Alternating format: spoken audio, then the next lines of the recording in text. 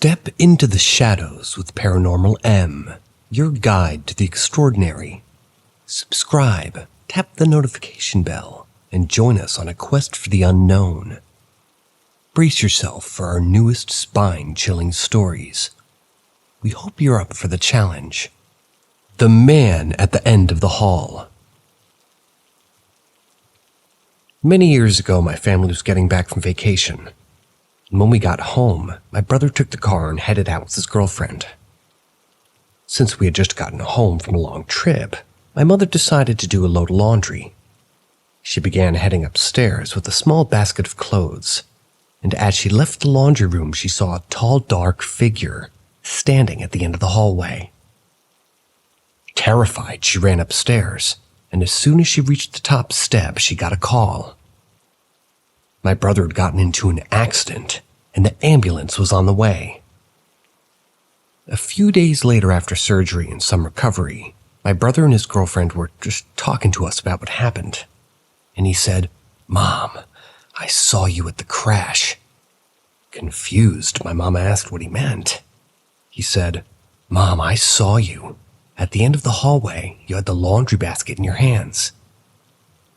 The night my brother crashed, he rolled his car down a hill and blacked out for a moment with a concussion. He crawled out of the car.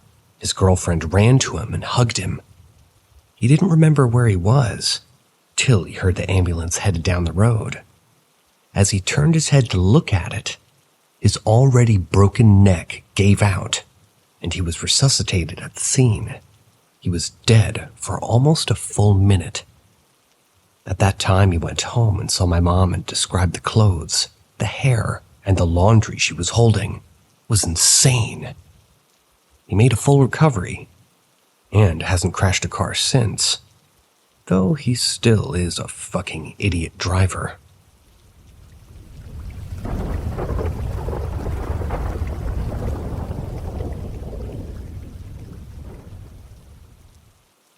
The Lady in Black.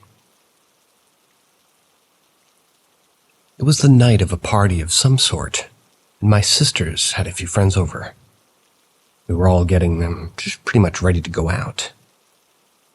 We were in the hall bathroom, and my sister's room, which had a full mirror, it was directly across the hall from the bathroom. Suddenly, my sister's friend glanced down the hallway and saw an older woman in an old-fashioned black dress, with a tight gray bun on top her head.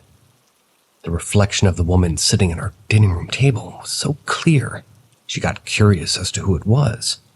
So she walked down the hallway, looked into the kitchen to see no one.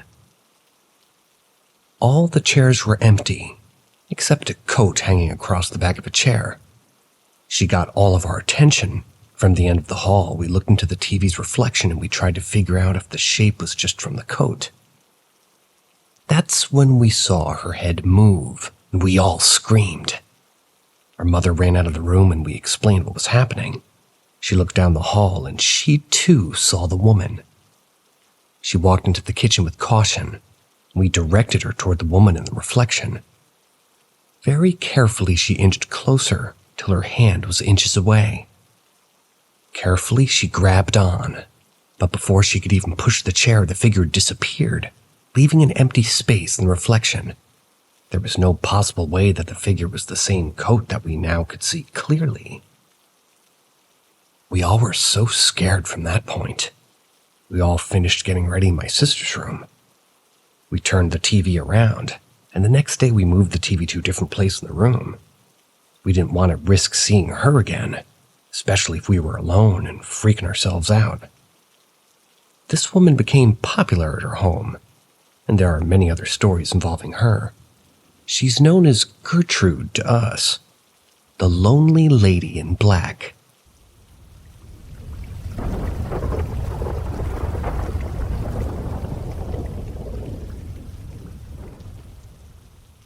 My Imaginary Friend.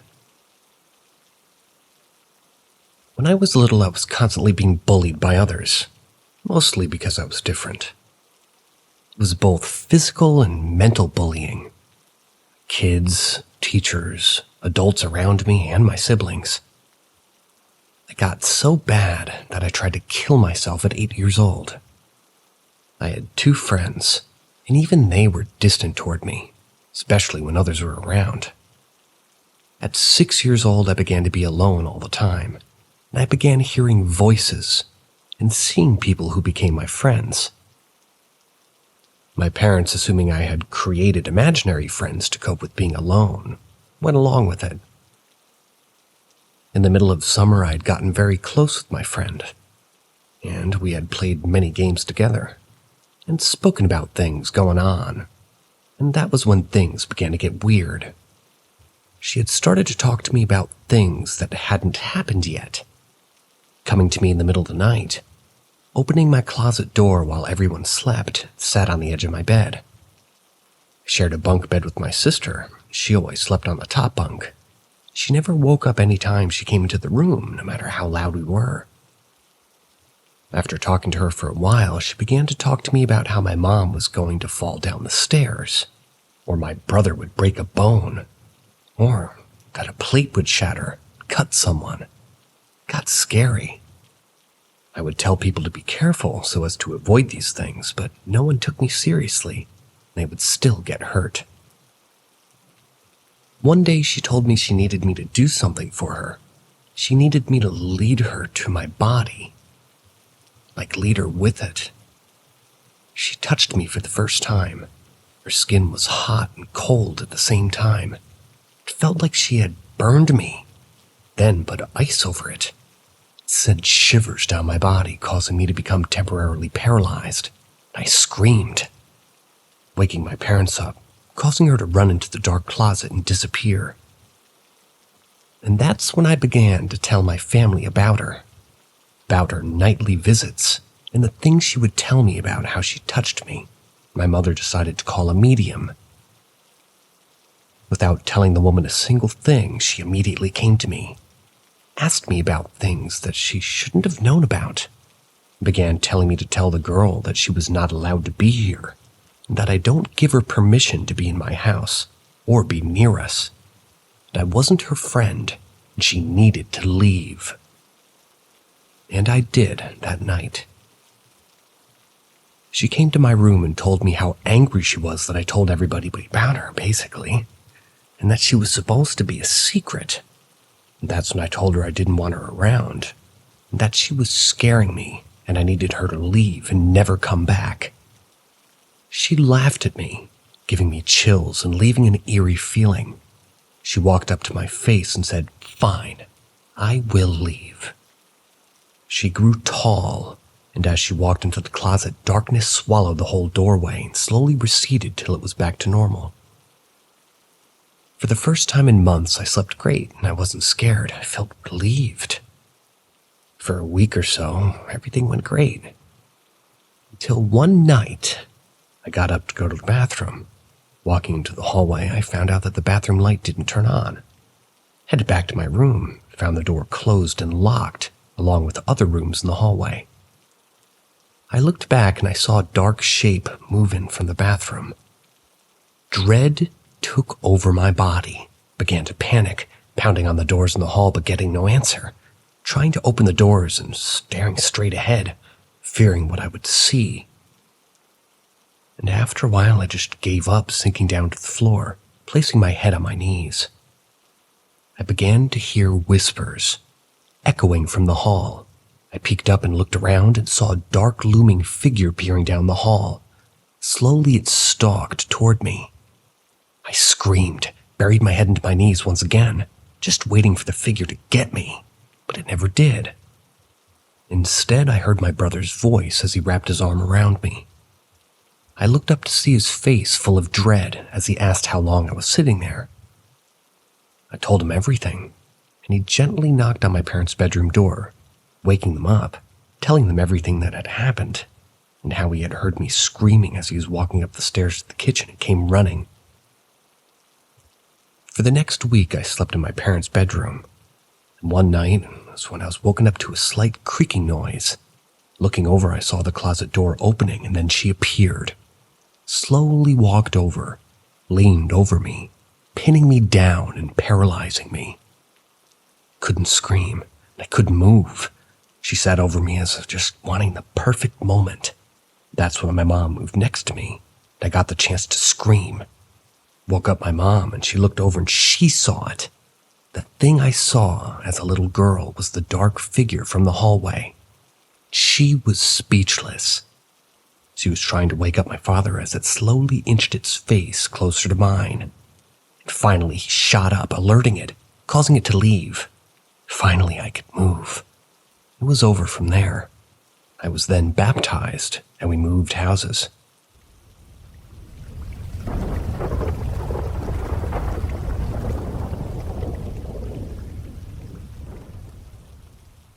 Get out. Back in 1997, I was asked by my manager to help move out of his mom's old house. I figured as long as I'm getting paid, no problem. I knew she had died, and him being the oldest son was taking care of her at her house. He was a man in his 50s, so his mother had been living in the house since the late 1950s or 60s by the look of the stuff. I was to bring out the stuff from the bedrooms into the larger living room. Then he would tell me what he wanted in the truck and went to the garage. I would take out everything from the bedroom, then sort the closet. In every bedroom I would do that. I would turn from the closet and step on something that hadn't been there before, like a toy car or a rolling pin. There was a box in the living room next to the phone, and I could feel some very unwelcoming vibes coming from it. On the third bedroom, he wanted me to take the slide tables in the box that was laying in the garage. I did, and I asked where he wanted the box. He said just put it over there on the couch. I did, cleared the third bedroom on the way out of the closet. I looked around, didn't see anything to trip on. Carried 2 boxes and tripped on a broom that had been placed at the doorway out of the room. This was his mom's room, and I fell flat on my face on the top of all the boxes, because I was just carrying too many things. I had to now move the couch into the garage and put the box on the floor in front of the fireplace. I was almost done, and my manager was cleaning out the kitchen all this time. I was working fast now, because the feeling of dread was getting to me. I had 1 closet left in the living room. When I turned with the box, I almost fell because I'd stepped on a rotten banana on the floor behind me. I asked my manager, pretty angry at this point, if he had placed it there. He was a serious older man, and was like, "You're kidding, right?" I was like, forget it. I was done. Want to take the last things out into the garage and just put it in the moving truck. I stopped and asked him where the box by the fireplace went. It was the last thing in the house. He said Mom goes in the garage. She left the house to my brother, so he can take her. I picked it up, and sure enough, it was the LA corner, marked ashes, and had a woman's name. Thought to myself that why he wanted me gone so badly. Probably don't know you're gone. Placed her in the garage and was very happy to be leaving.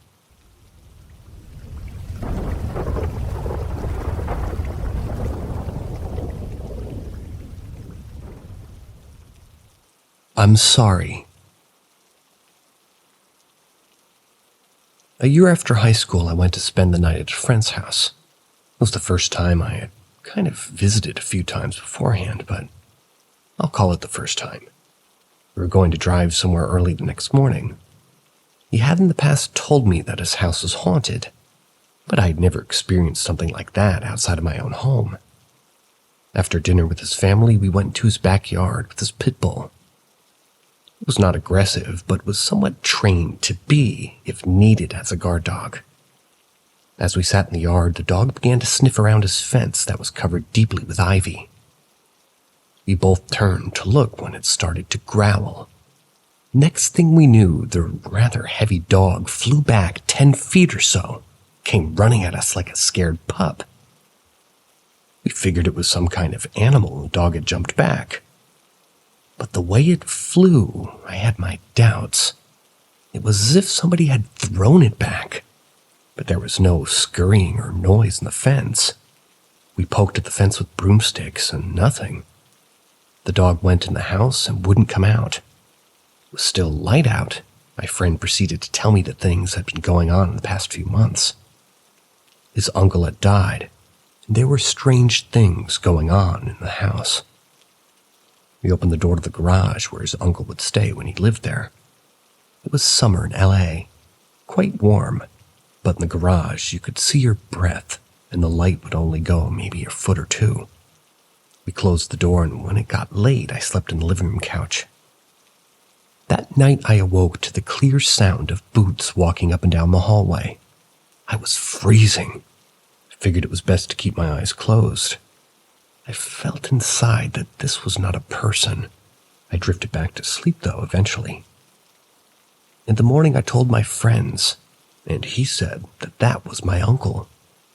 He then told me how he had died. He had been arrested for being a bad drunk at a party, was fighting with everyone, including the police that came. He had hung himself in jail with shoelaces, despite the fact that he was wearing cowboy boots. This was not uncommon back then. People died in custody all the time.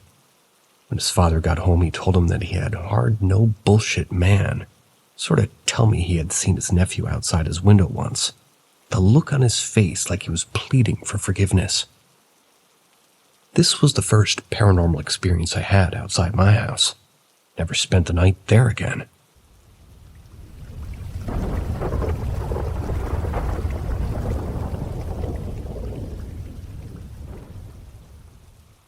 Night jogging. I can't really say why I did this. I know it wasn't really for my health. After night class at tech school, me and my friends had time, though. We got out at about 10 in those years, and most people would consider this early. He asked if there was any tracks open to jog in. Burbank was too far. I told him I knew a place. I had been taken the year prior by a friend that liked local anomalies. I drove to the hills, where 210 and 118 meet. In the hills, maybe 15 minutes in, there's a graveyard called Glen Haven. According to my other friend, the year prior, it was very haunted. It has no walls, and it's across the street from another graveyard that does have fencing. Down the road from it, there's a gravity hill that pushes your car uphill. Down further, there's a bar that had people that would chase you out if you weren't their type of people. At the end of the way out, you bump a walkway that goes under the 210 freeway. Supposedly, somebody was killed there.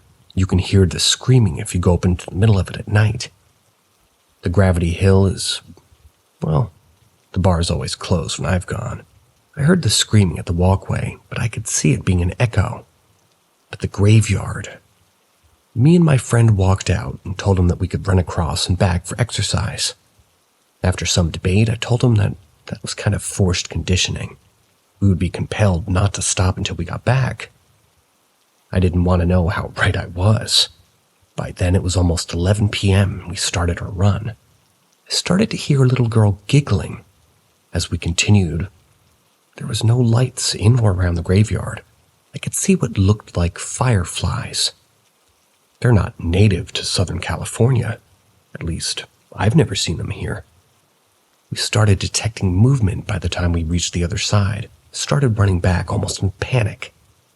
By this time, we could hear full footsteps behind us. Both of us refused to turn around. When we jumped off the curb onto the road, it all stopped. The whole place was silent, scared the hell out of us. On the way back, I said, no one better chase us. I'm not in the mood. We did this once a week with the same results for a month. After that, we found something else to do that was less frightening. Being macho, we were like, that's boring. But we were really scared, I can admit that now.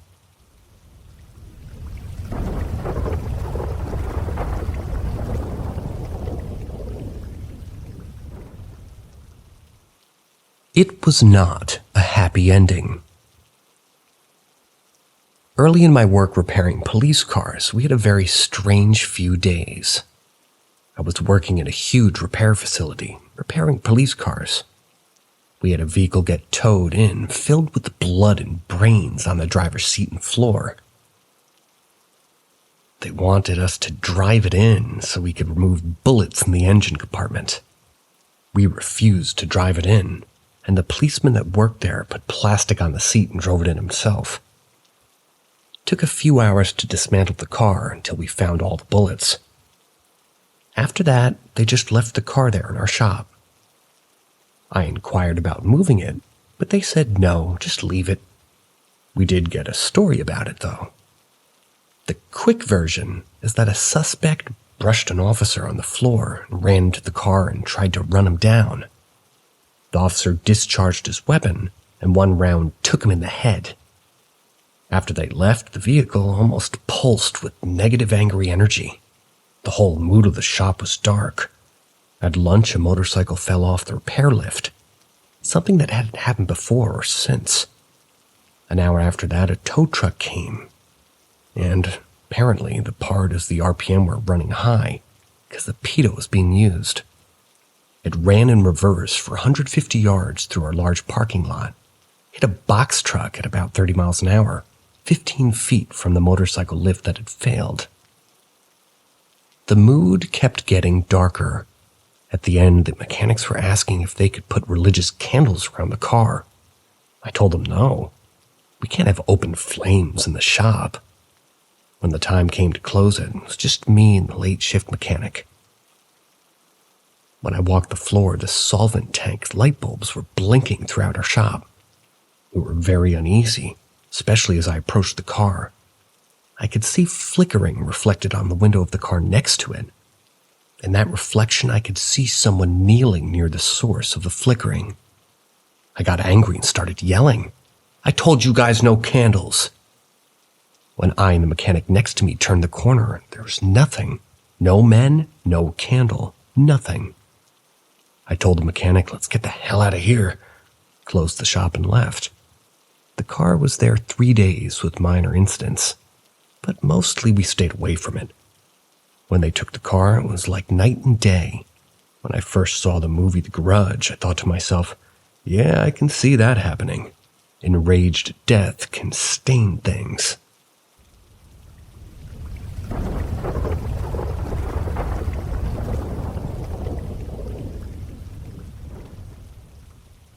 West Hollywood Ghost.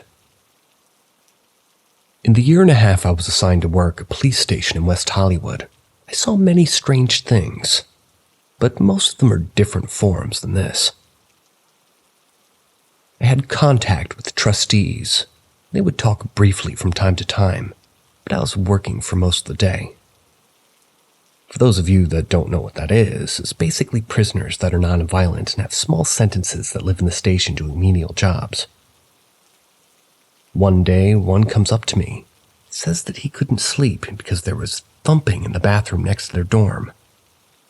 I was like, most likely pipes. Just deal with it. I went back to work. After the weekend, I saw him. He looked very tired. He tells me that the thumping continued, and he can hear gagging quietly. He went in the bathroom and no one was there, and the noise stopped. The days would pass, and now several of them were looking not rested. They said that they all can hear it. I said, mention it to the person in charge of you. He told me that they did, and they got threatened to get sent to regular prison if they kept bothering him. Sounded typical, but I was feeling kind of bad as they were looking kind of scared and tired.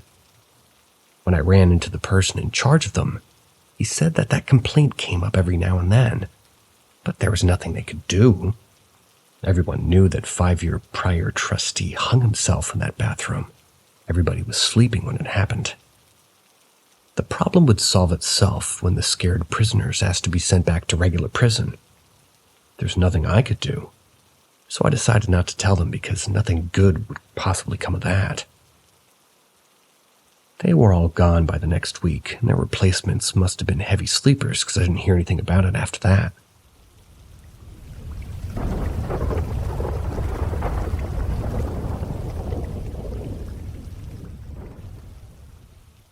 Bad neighborhood. Back in 1997, I lived in what one would call a bad neighborhood.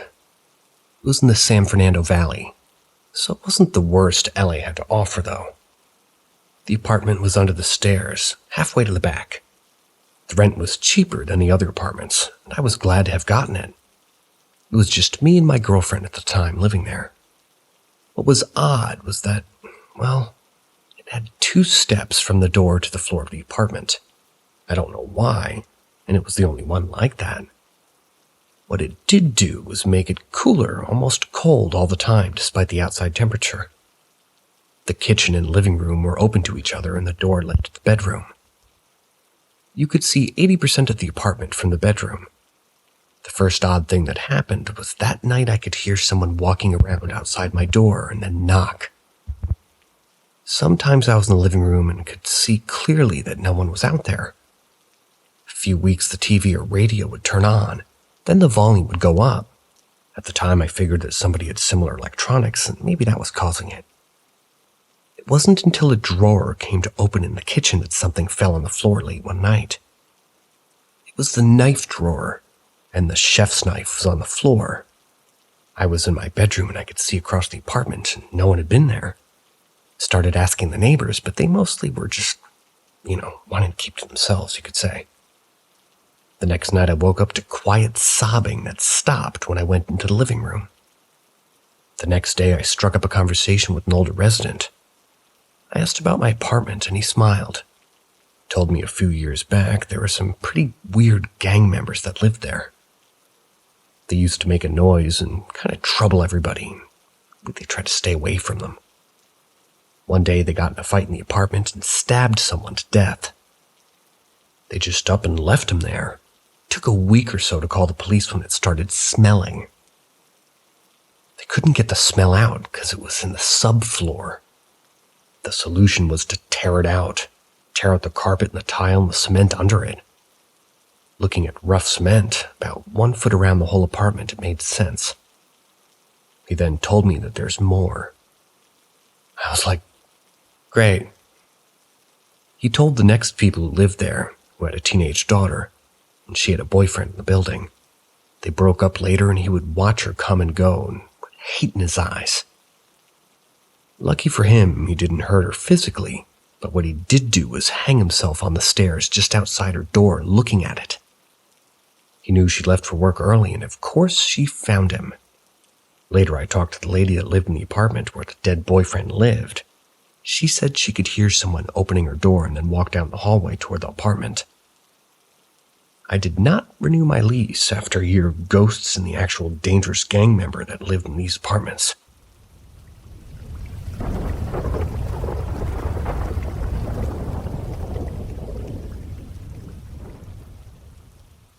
Military Post Ghost.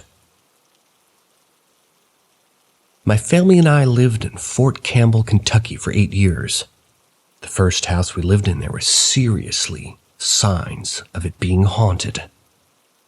Shortly after we moved in, the odd occurrences started. The first one I can remember was about 3 months or so after we moved in. Our youngest daughter was 2, and her toy box was set up in the hallway that ran from our dining room to the front door, with our stairs acting as a wall and a separator from our living room. I was playing on my phone, and she was on the other side of the stairs playing with her toys. Suddenly, I hear her come running through the hallway and into the living room. When I look up at her, there's no way to describe her other than being just straight up terrified. Her eyes were wide with fear, and she ran as fast as she could and jumped onto the couch with me. When I asked what was wrong, she pointed to the hallway and said, "That man scared me." My blood ran cold. We were the only 2 at home. My husband was at work and the older daughter was at school, so there definitely shouldn't have been any man in my house. When I asked what man, she just kept pointing to the hallway and saying, "That man over there." I grabbed a small wooden bat from a toy bin at the end of the couch and crept into the hallway. There was no one there. Carefully walked around the entire first floor, searching the storage space under our stairs, our laundry room, and our pantry. No one there. No one could have snuck upstairs without me hearing the old wooden stairs. They're notoriously creaky. And the door leading to our garage was also very loud. There was no way anybody could have got out of the living area without me hearing it. I told my husband about it as soon as the kids went to bed that night. He chalked it up to our daughter's vivid imagination. The second weird occurrence happened a few weeks later. My husband was a soldier in the army, and after physical training in the mornings, he would come home to shower and change into his uniform for the day. He was taking a shower in our bathroom when he thought he saw someone walking through our bedroom.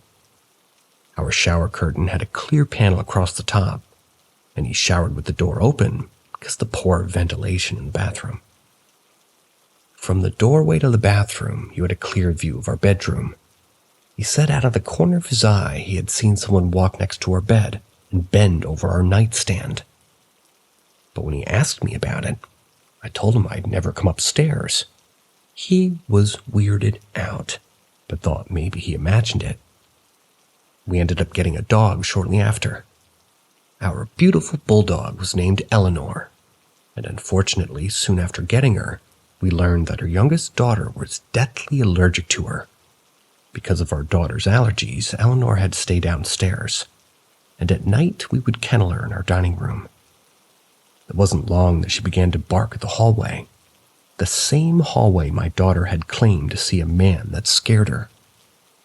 Eleanor's hair would just raise on the back of her neck and it would stand up. She would bark at something that we couldn't see. At first we thought maybe it could be mice, despite no other signs that we had them. We set traps, never caught anything. We ended up having to rehome our sweet Eleanor due to my daughter's allergies. But for the entire 2 years that we had her, she hated that hallway and refused to walk through it. The most terrifying event that ever happened to me when we lived in that house was the night that I saw him. I was laying in bed playing on my phone. My husband slept beside me. It was around 1 a.m. and I decided I needed to try to get some sleep, since I'd have to get my oldest son up for school the following morning. I had been facing our bathroom and the door to our bedroom. I rolled over to snuggle up to my husband, and standing in the corner of our room was a soldier in full uniform. The room was dark, but because of the street lamp light outside the window, he was illuminated well. I screamed and smacked my husband to wake him up, and as soon as my husband jumped, the soldier took one step forward. This was toward the bed, and he disappeared into thin air. I was hysterical. My husband told me that I just must have been dreaming, but I had never been asleep, and I knew what I saw. He had been so solid I would have sworn he was a real person. This was until he faded away right in front of my eyes. I was terrified, and it took me forever to fall asleep. The next day I talked to a friend of mine who had lived on our street for a few years. At first I simply asked if she had ever heard of anybody else on, this side of the street complaining about their house being haunted. She said yes, and asked why. I didn't tell her what I saw, but I did tell her that weird stuff had been happening in our house. She immediately got uncomfortable and said, "Well, a guy that used to live in our street killed himself in his house, right?" I was shocked. I said no. Asked her when it happened.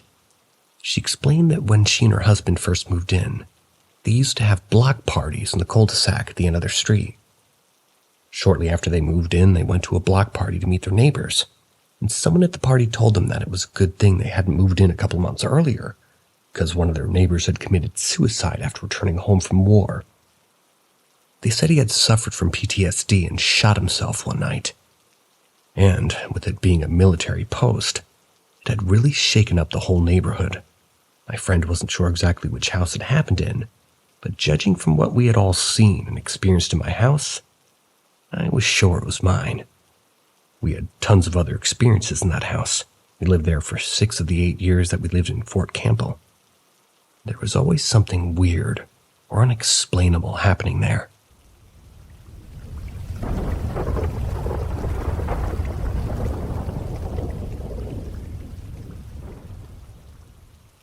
Do you guys think this is real or paranormal? I share a room with my grandma, and I'm not sleeping there because she's sick. That's why I was sleeping in our living room sofa. I've slept on that sofa at night lots of time, so I wasn't scared or anything. The actual story is I was on the phone and had a really bad gut feeling, so I stopped scrolling on my phone and was trying to sleep. And after a minute, I heard someone singing a song behind me. It was coming from another sofa that was behind me. It was just for a few seconds, but I got so scared and pretended to be asleep. I didn't know how I managed to stay calm for so long. After 15 minutes, my mom came to get water from the kitchen, and I finally got up and went straight to their room. When I told them, they laughed at me. But of course, anyone would laugh. I knew they weren't going to believe me anyway. I know it wasn't my family member because Grandma and my brother are sleeping upstairs. My parents' room is downstairs, but not near the living room. I know I heard it, but if it was real, then what was it? This house we live in is our ancestral home, but no one ever experienced anything paranormal in this house except my brother and I. My other experience was a month ago. I was brushing my teeth and I heard something, and then I saw something sprint right past me. First, I thought it was my brother. Then I remembered he was still asleep. And also, when I told this to my parents, they laughed and didn't believe me either. But I think they're just trying to convince me that it's all in my head, because they've experienced these things themselves. I don't know about my dad, but my mom was nervously laughing.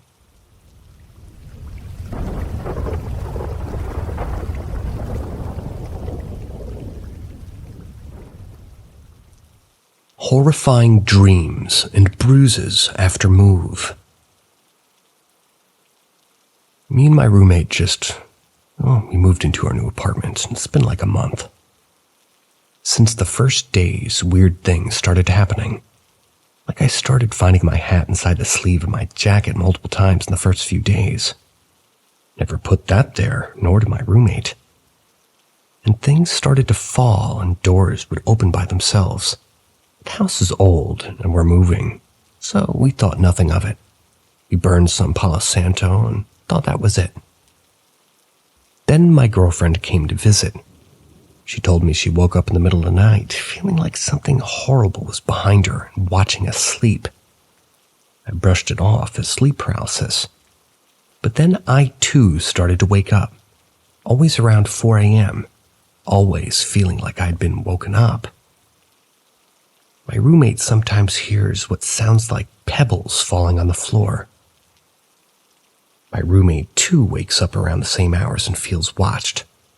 But the thing is, we didn't tell her what happened. My girlfriend neither did. I don't think she did anyway, but this waking up abruptly in the middle of the night, we're not conditioning each other. Then the dreams and smells and bruises started. Sometimes something in the house smells like pure death, but it obviously isn't anything that we can find. The dog doesn't look for it, so it's not like the garbage or food, just a smell so foul and rotten. We wake up bruised pretty badly, in points where we can't have caused it, not even without realizing. And bruises on me have become really big, through time anyway. And then the nightmares. It's since I was a child, and I hadn't had dreams like that bad. So realistic and lucid, I always remember them clearly. It's always something really atrocious. The people previously living here were African, but don't know clearly from which part of Africa. We found the house in disgusting conditions, and we were thinking that maybe they left behind some form of bad magic that we don't know. But it's just an hypothesis.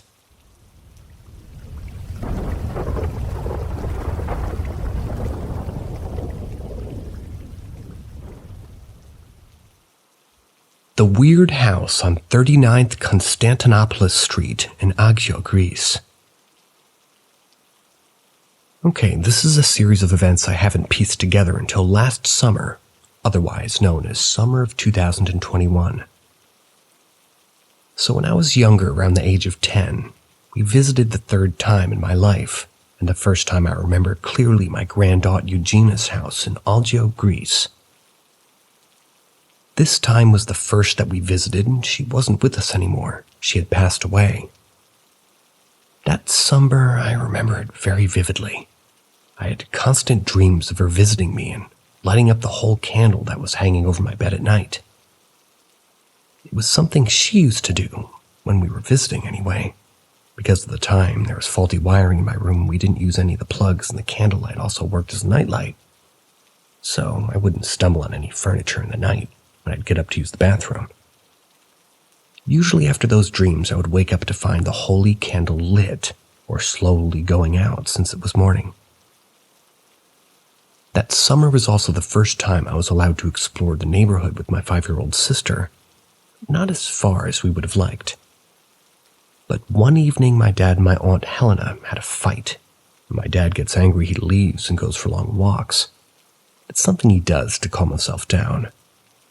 That evening, I had heard the fight and I wanted to console him, so I quickly ran after him. We walked around the neighborhood in our PJs and flip-flops. We enjoyed the sunset and the sea view as we talked about the various things, everything but the fight. On our way back home, after Mom called my dad, we passed the house on the 39th Constantinopolis Street. I remember it looked so jarringly familiar that I froze before it. My dad unknowingly kept pulling as if we were holding hands. I didn't know why it looked so familiar, so I pushed that memory aside. Years go by and it's 2018. We're visiting the house again.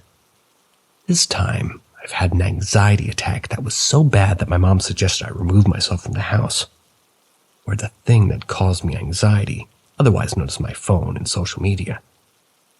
And I listened to her. Left my phone, wore my shoes, and I left the house. Just as I was trying to shut the door in my fanatic state, Dad stopped me, saying I shouldn't be alone now, so he would tag along. We walked the same route as all those years ago. My anxiety attack slowly fading away. We sat by a bench enjoying the sunset when I finally calmed down completely. On our way back, I saw the house again, and this time I was sure that it looked familiar, because I had seen it in a dream. Yet I couldn't pinpoint the dream itself. I would visit this house many more times during the summer of 2018 and 2019, trying to make my mind recall this dream. Now it was summer of 2020 when I was talking on the phone.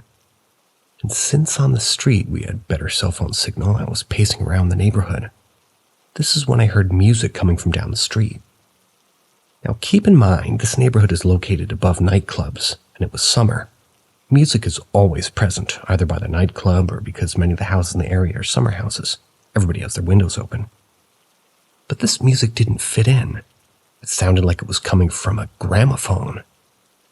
While listening to my friend rambling, I started following the music, and the moment I stopped before the house, the music stopped.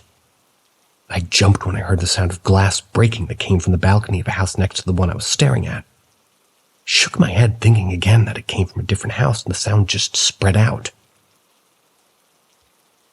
Summer 2021. I'm walking down that same path with my dad for a leisure walk. This time we're discussing architecture of the early 20th century.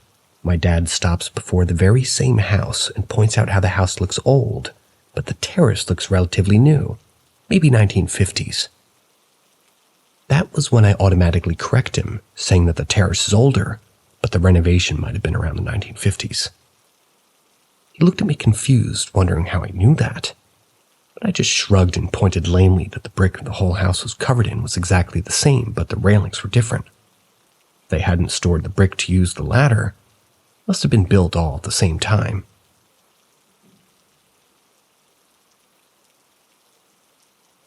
Dad kind of gave up after that. It was night, and I just kept walking. As we were walking, a small breeze blew, and I heard the gramophone music again. That was the moment I remembered the dream. The dream was of me watching some young girls around early 1910 walking toward that house as music from the house was able to be heard all the way down the street. I didn't know who those ladies were, but they were in their late 17 years, maybe early 20s. I watched them entering the house that looked in very good condition, not as abandoned as I grew up watching it in real life. I remember I followed those girls inside the house where there was a party happening. That's when I realized the time period It was a send-off party. The eldest son of the household was going to fight in World War I, and his friends and family threw him a party to say goodbye. They were quite rich, judging by how the house was decorated. I remember watching a couple on that terrace looking at the sky and talking about how fragile life is. And that's when the war ends. The man would marry the girl. And the girl told him not to make promises that he can't keep, because life is unexpected. After that, I felt myself being pulled back, and I found myself watching the house, and this time, I see my grandma and my grand-aunt Eugenia standing outside of it, holding each other's arms. I wanted to yell out to them and say hi, and that I was there. When I realized they couldn't see me, I had no body, and I was just watching everything.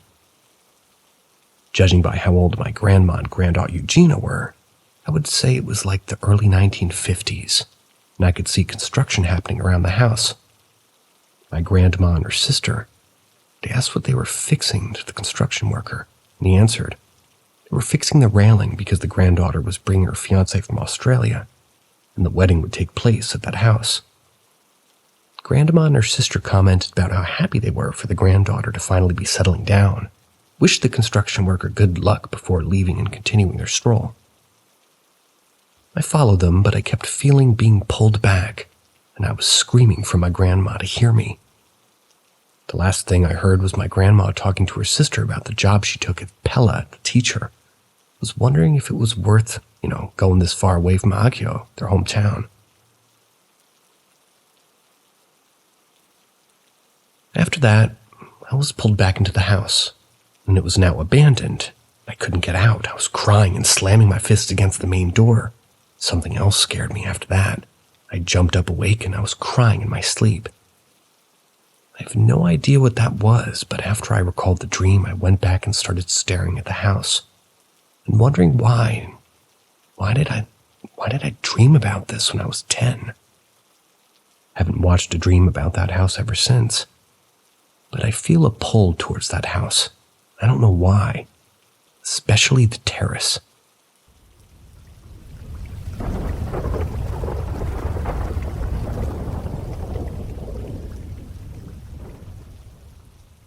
I think my grandma or grandpa came to check out how the cakes turned out. My camera's AI feature caught them for a moment. This happened a few minutes ago. I'd just taken out of the oven my freshly baked vanilla and cinnamon raisin cakes. I wanted to snap a photo of them to send my best friend and my aunt. My camera had the AI option activated because I forgot to disable it, and after an outing on Friday night, this happened. So as I turned my camera toward the kitchen table, the AI sign showed 1 second. It showed the food sign since I snapped a picture of the cakes. And the next, when facing the kitchen table and kitchen door, it showed the person sign. The person sign appears when the AI feature detects a person's presence. The thing is that I was alone. My parents and I were just napping. My sister's in her room studying. My aunt's working at her boyfriend's family's farm trying to finish before sundown, and the rain comes. The house is my mom's and aunt's childhood home. My grandma lived in it since 1983 up to 2017, where she died in her sleep, in her room, otherwise known as my parents' current bedroom. All of us have experienced something that might be considered as a presence, either by feeling a hard knock on our backs, shoulder, or heads, as I gave mention before in other posts, but never on a camera or a radio, although my computer at times opens itself in the middle of the night or day when it's in sleep mode, but I don't think that has anything to do with a ghost. I found it odd, didn't feel a presence, and the person sign remained for a moment when I placed the camera in the same spot again a second after I realized what had happened. If there is a ghost after all that, it's either my grandma or my grandpa or both of them. Maybe they're keeping an eye on us. Maybe they, she, or he wanted to see how the cakes turned out. I thought to share because it's nothing spooky, it's something wholesome in my mind, and maybe it'll cheer someone up.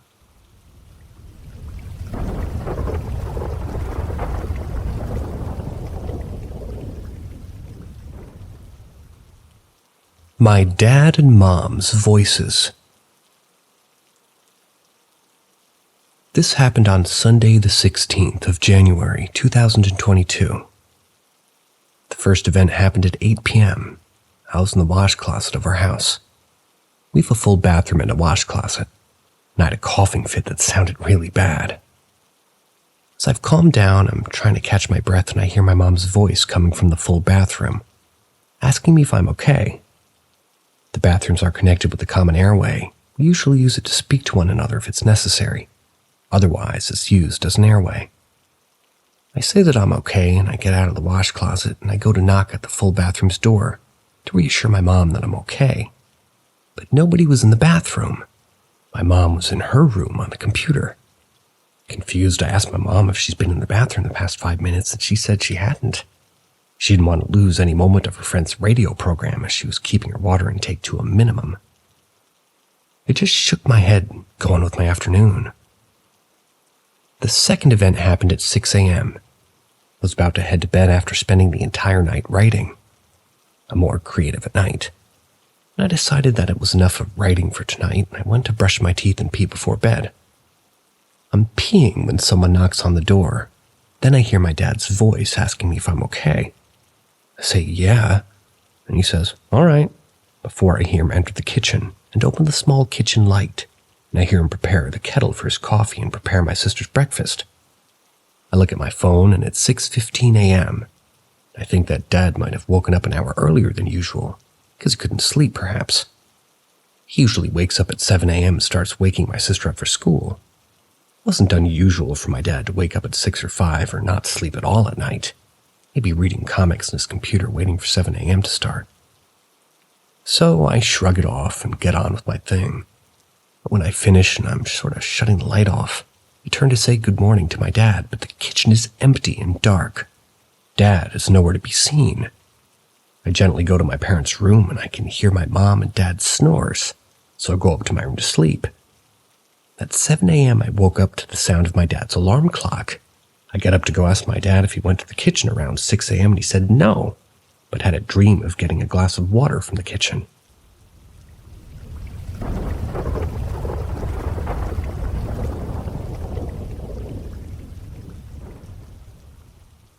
Josh is speaking to you from beyond the grave. So my ex-boyfriend and I went our separate ways about 6 years ago because he was a raging alcoholic. And of course, being the weak-willed person I was, I became one too. So we had the opportunity to move a few states away with some friends who would do anything and everything they could to help me get my life back on track. I gave him an ultimatum. Stay here, continue drinking and die, or come with me and let's start fresh. Do something with our lives that we could be proud of. He chose to stay, and he died a month later. I carried around a lot of guilt about it for a long time, especially since my now ex-best friend told him that he killed himself over me, which wasn't the case. However, here's when it gets a little weird. He has a twin brother who died of an epileptic seizure in the upstairs bathroom at their house after falling and hitting his head on the sink. My ex-boyfriend died of an epileptic seizure exactly 1 year to the day of the anniversary of his twin brother's death in the same bathroom. This is also in the same house, by hitting his head on the same sink. And now the final eerie frosting on top of the eerie cake. This came today when I was going through my files. Documents that I've kept in like user manuals, warranties, health insurance documents. I came upon one file folder and I pulled it out of the plastic tub that they were kept in. I immediately recognized a familiar handwriting that said, "Josh is speaking to me from beyond the grave." And my God, do I have the heebie-jeebies right now. I can post a pic if anybody's interested.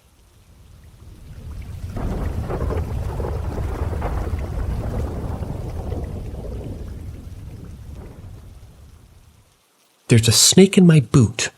Room. So this all happens when I'm half asleep, but definitely still conscious, as I remember what I saw and my responding to it in detail. I mention that because being close to sleep is a bit of a disqualifier for me, since I could just be in a dream or my brain's being sleepy, so take my experience with a grain of salt. I have this reoccurring, almost dream. It's with a shadow figure, always in the shape of a snake. I would guesstimate it to be about 6-ish feet long. It'll approach my bed while I'm trying to sleep. More specifically, it'll keep trying to get around me to where my girlfriend's asleep. It'll vanish without fail if confronted, which is where my girlfriend comes in. She's woken up to me telling various spots in the room off. She describes it like I'm commanding a pet. One time she was awake and watched me calmly sit up and fling my pillow at something. She thought I was sleepwalking, but when she tried to talk to me, I responded normally with, "It was just the snake, but I took care of it." I remember every interaction, and it always goes just how she describes it. So unlike classic sleepwalking, in my opinion. I'm posting because last night we were house sitting for my parents and I had another experience. Pretty uneventful. I just glared at it and said, "Don't you fucking try it." And she said that it was probably a bit more intimidating than I intended, though.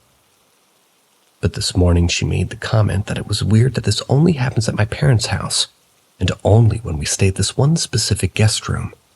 It's never happened anywhere else, including other rooms in the same house, but makes me wonder what could be causing this interaction. So I asked the people of this sub, is it some spooky shit or just a weird sleep phenomenon that only happens in my parents' primary guest room?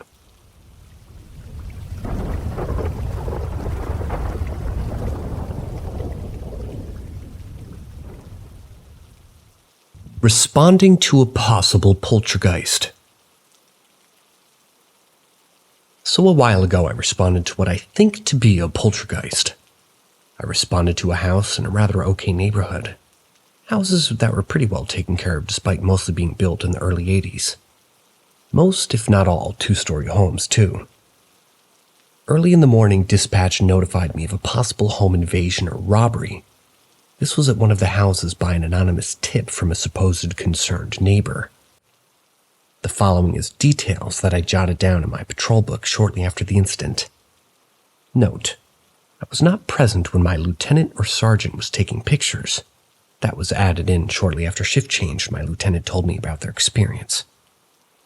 Date: 1/24/2022. Dispatch notified by concerned neighbor at 02:17 hours of lights and sounds coming from a house whose occupants are known to be on vacation. First unit on scene, me, at 02:24 with unit call sign Charlie 2.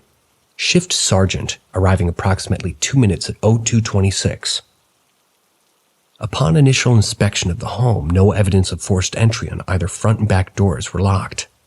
First-story windows appear to be secured. Residence is a 2-story dwelling with a single light on upstairs. Upon dispatch making contact with the homeowners, we were advised of a spare key hidden in the fake rock located near the main steps under the small bush in the front of the house. Decision was made to make early entry, 02:30. 2 more units arrived, Charlie 4 and Charlie 9. Entry of the house, weapons drawn. 2-man teams were utilized to clear the house. Upon initial inspection, main foyer was clear, no evidence of tampering. Dining room and den and living room was also clear with no evidence of tampering. Kitchen and laundry room showed evidence of tampering, with various drawers and cabinets being open. Freezer door was ajar, several items spilled out. Several knives from a knife block appeared missing or strewn about the floor in the kitchen. Laundry room light was on, the laundry detergent was deposited on the floor. Several items of clothing were torn, strewn about the floor as well. Door was slightly damaged along with drywall where the doorknob struck it. Upstairs hall light on. 2 out of the 3 doors were ajar with one room that has its lights on. Upon entering the room, the door open with the light on appears to be the master bedroom. Bed was not made with pillows thrown about. Blankets and sheets were balled up on the foot of the bed. Master bathroom light was also on, with a large mirror that appeared to be shattered. Several articles of clothing were ripped similar to the ones in the laundry room, and they were thrown about. Some on the floor, some in the bathtub, some in the sink. Of the sinks, 2 vanity shards of the mirror, all over the floor in the bathtub. Last 2 rooms were searched and deemed cleared. Room 2, which was also open, had several items tampered with. Doorknob appeared damaged, bed unmade, and sheets and blankets were balled up on the foot of the bed, similar to the master bedroom. Room 3 door was closed, had no evidence of tampering. Upon rallying in the main foyer of the first floor of the house, several large bangs and what was perceived as heavy footfalls appeared to be coming from upstairs. I, Charlie 2, and Charlie 9 made our way back upstairs where the master bedroom door was again ajar. All upstairs bedroom doors were closed before going back downstairs. A lone picture laid in the entrance of the master bedroom which appeared to have 2 large burned holes through the face. There were burned holes through the face of people in the picture. Master bedroom had several pictures removed from the wall and placed on the ottoman at the foot of the bed. All pictures were damaged to include broken glass, bent and warped frames. Several shoes were also removed from the closet and placed on the nightstand, and the lamp was knocked over. Upstairs was again swept and no other anomalies were discovered. All upstairs windows were locked and secured. All lights were subsequently turned off and all doors were secured and locked. Upon exit of the house, dispatch was notified no persons were found inside the house, and the house was again secured. However, damages were observed in several rooms. Decision was made to patrol the street and surrounding neighborhood. I and Charlie 9, we remained in the area on patrol. All units departed at 04:10. Approximately 04:22, Charlie 9 drove past the house and all lights, including the exterior lights, were on. Glow from the inside of the house where the den and living room was located appeared that the TV was now on. Dispatch was notified and I arrived on scene again approximately 04:24. Entry was again made of the house. Several appliances, including the gas stove, was on.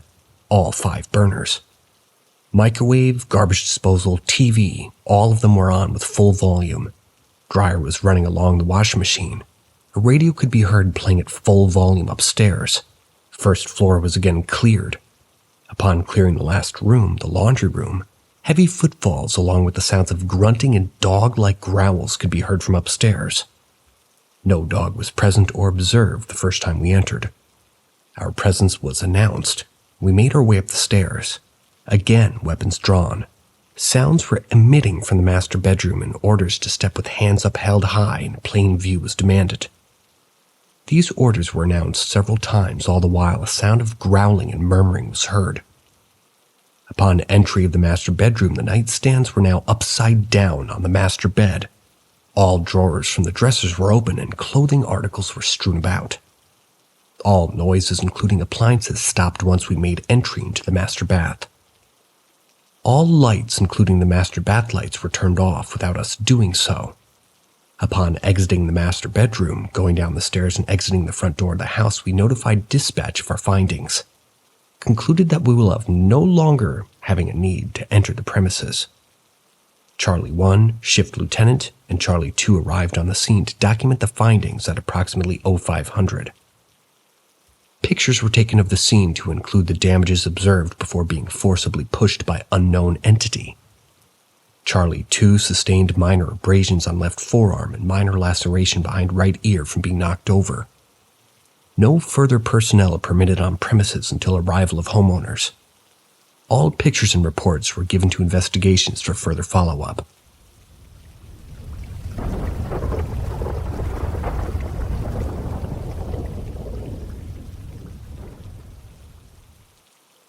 The Voice in the Woods. So, aforementioned in my prior post, the village I live in was only about 40 or 50 people at most. Everyone knew everyone. All 12 of us kids knew each other and played with each other. Naturally, some of us grouped together and explored the surrounding area since there wasn't much in the way of entertainment back then. Mid to late 90s, rural Ohio. The village was old. The furthest back I could find about the village documentation-wise was that it was established back in the late 1790s. A small trading hub for the local area. Ohio didn't become a state until 1803. My village had a single church in the center of it. An old school house converted into an actual house just kind of next to it, and a pasture behind it with thick woods surrounding 3 or 4 sides of the small town. Again, as I said prior, my dad grew up around the area, so he was full of legends and stories about it. One of those stories was about a small fort that was originally French, turned British, and finally colonial American in the area. Nobody really knew where exactly it was located, but there was a few mentions of a small fort in the area from the research that I'd done. One of the stories about this fort was that it was a primary trade route for the local Native American tribes and the influx of settlers that were arriving in the area. Naturally, conflicts arose as more and more people settled the surrounding area, and eventually all-out conflict ensued between the settlers and the native tribes. The fort was said to be destroyed by fire. People on both sides slaughtered each other, and eventually the natives were driven from the area with the help of a local militia. My dad always told me the land wasn't good, tainted in ways with bad energy. I guess when entire families are slaughtered and people being driven from their homeland, it can cause some long-term ill effects. And all of us kids were playing, or wanting to do two things at once, you could say. One, if the woods get quiet, you get quiet and leave immediately. Two, if your name is being called out, especially from the woods, don't respond. Go home immediately and never look back. Pretend you never heard it to begin with. Everyone in the village knew how quickly the area was. It was quirky, too. Most people were the usual sort of bland days. Well, some days it would be like a fairy tale. Periodically, other days it could be a nightmare. Now, the people of the woods were probably the most common entity everyone in the village knew of and were generally treated with respect and a wide berth. Some of the other things were generally best left well enough alone entirely. My experience. In the late 90s, I was around 10 years old. I was overcome with an insatiable desire to go camping. It was mid-August, so hot and muggy during the day, but rather mild and cool at night. I gathered two of my friends and told them about it, and they both liked the idea. Now, generally, nobody really camped in our woods. My parents, along with many others, didn't really like the idea of a group of 10 or 11-year-olds going camping alone, but my dad said that we could as long as he came with us, just to ensure that we were safe. I reluctantly agreed. Prior to that night, I went out to scout out a good area to make camp at, and I knew a fairly decent place that was close to the creek, relatively flat, not difficult to get to. Wanted to scout the area just to ensure it was clear of debris and ready for tents. By this time, I was well acquainted with the people of the woods, and I made my offering before entering it. I didn't see them while on my journey or anything, so I felt pretty good about that. Once I arrived to the location, I began moving things around, clearing out the sticks, large stones, and making a fire pit. Even going as far as stocking it with wood and throwing some larger sticks nearby for fuel. I was so enthralled in what I was doing and so focused on getting the area cleared that by the time I was satisfied with what I had done, I just noticed just how quiet everything around me became. When I say quiet, I mean dead quiet. No birds, bugs, not even the wind made a noise amongst the leaf litter. I immediately shut down everything I was doing. I stood there looking around slowly, my breathing just trying to listen for the faintest sound that I could. I don't know how long I stood there motionless, a few minutes maybe. And then in the far distance I could hear a crow call, and almost immediately I began hearing the chirping of robins, and even a faint whistling from the woods and the trees. The hair on my arms and neck just went on end. I figured, well, maybe it was just me making a ruckus that everything nearby quieted down because of that. Content with that logical reasoning, I began making my way back home to pack up for the night. Around 6 p.m. that night, my two friends made their way over with backpacks, tents, and both me and my dad were finishing up dinner. All four of us made ready with everything that we needed and began trekking out to the site that I prepared. Nothing all that noteworthy happened going to the site, even after setting up our tents, lighting the fire, making s'mores. It was shaping up to be a pretty fun night and rather enjoyable. Once we started to get ready to crawl into our tents for the night around 10 or 11 p.m., the wind started to pick up. My dad said that we might be in for some rain, but he didn't seem to have a look of contentment. My dad loved rain. He seemed almost, well, it was like he felt something was off. And it wasn't long after all of us started to feel that way. We all ended up crawling in our tents anyway since it was night, but possible rain incoming trekking back home would have sucked, but we shouldn't have walked back.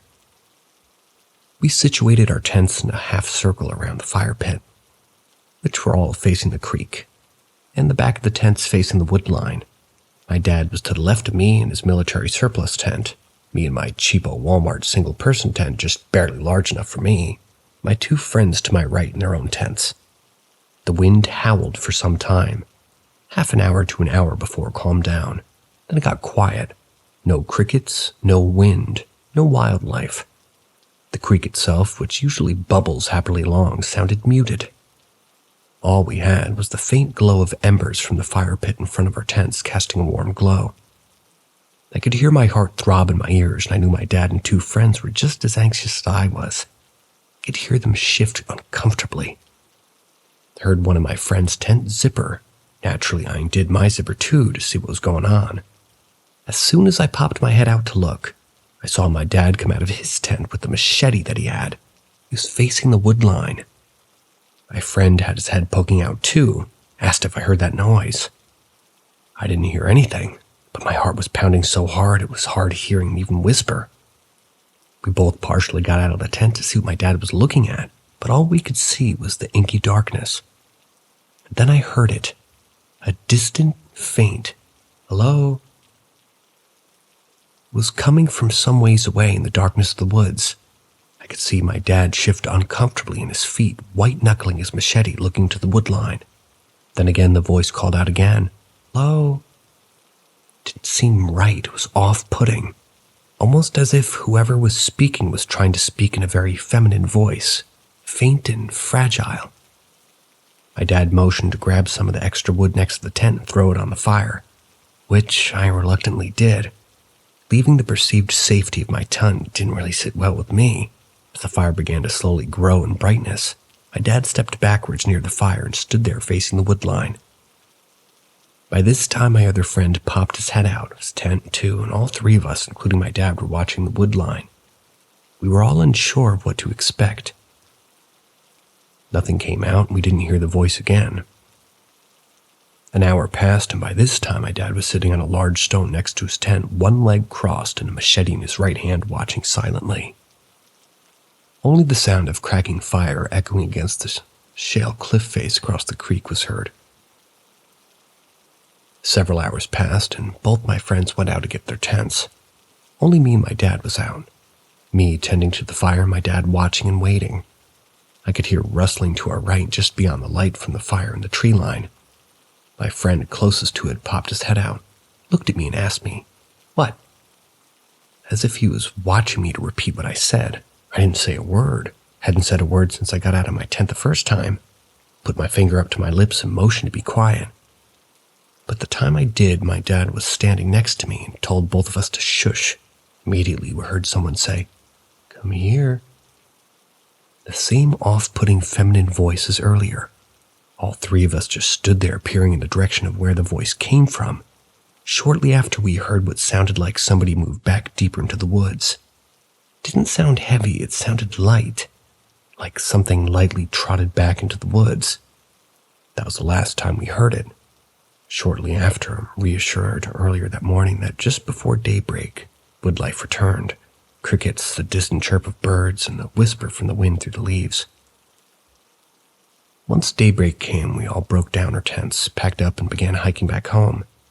We were paranoid the entire way back. Listening and looking. We didn't see or hear anything or anyone, but also nobody said a word on the way back. Once we made it to my backyard, my dad broke the silence and told us that what we experienced never happened, and it would do us good not to say a word to anyone about it. He had fear written all over his face, as not even he had experienced something like that. To this day, I don't know what it is or who it was or what. I did end up asking my aunt next door. This was later in life, if she experienced something similar since she grew up in the area. But even she was tight-lipped about it. saying we shouldn't have gone camping out there and my dad was a fool for letting us go. I've since left my village and moved out of state. I've run into similar stories down here in the southeast with all the same reluctance to explain what it was or what it could be.